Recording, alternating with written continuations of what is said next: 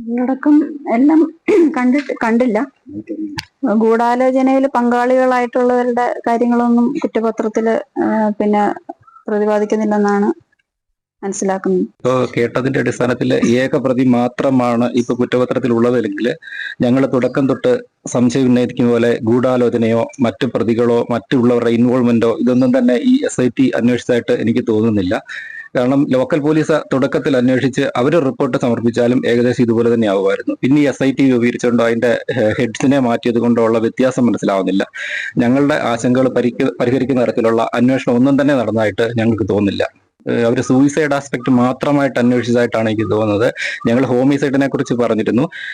അതുപോലെ ഈ ഗൂഢാലോചനയിൽ പങ്കുള്ളവരെ കുറിച്ചും അവരുടെ പങ്കിനെ കുറിച്ചും പ്രതിയാക്കപ്പെട്ടവരെ കുറിച്ചും ഞങ്ങൾ തുടക്കം തൊട്ട് തന്നെ സംശയം ഉന്നയിച്ച് പരാതിയും കൊടുത്തിരുന്നതാണ്. ആ തരത്തിലൊന്നും അന്വേഷണം പോയിട്ടില്ല.